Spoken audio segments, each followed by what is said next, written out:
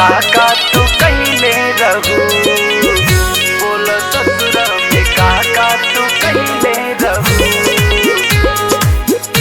Presented by Aradhya Studio.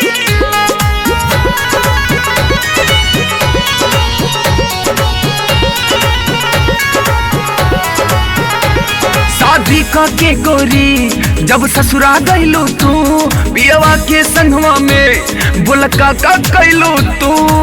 बोला बोला हो हमसे काहे ला जाता रू। शादी के गोरी जब ससुरा गइलू तू, पियवा के संगवा में बोला काका कैलू तू। पानी पहिला प्यार प्रेम कैले रहू त बोला ससुरा में काका तू कैले रहू, बोला ससुरा में काका तू कैले रहू त बोला ससुरा में काका तू कैले रहू, बोला ससुरा में काका तू कैले रहू, कैले रहू, कैले रहू।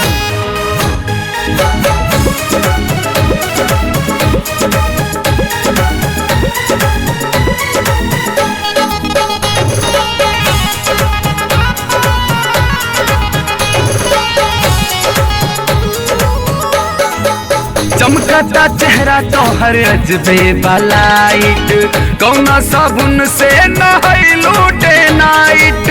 का बात बाहू तोहर पूरा दहिया गमकता। चमकता चेहरा तोहर अजबे लाइट, कौना साबुन से नहाइलू डे नाइट। बोला कैसे के चादर ओढ़ावले रहू त बोला ससुरा में काका तू कैले रहू, बोला ससुरा में काका तू कैले रहू त बोला ससुरा में काका तू कैले रहू, काका तू कैले रहू, बोला ससुरा में काका तू कैले रहू।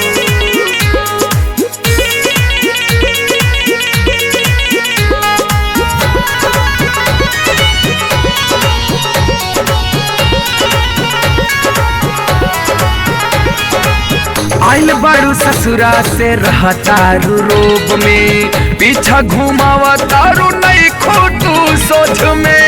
का करे जा तोहार मिजाज नहीं खे मिलत हो।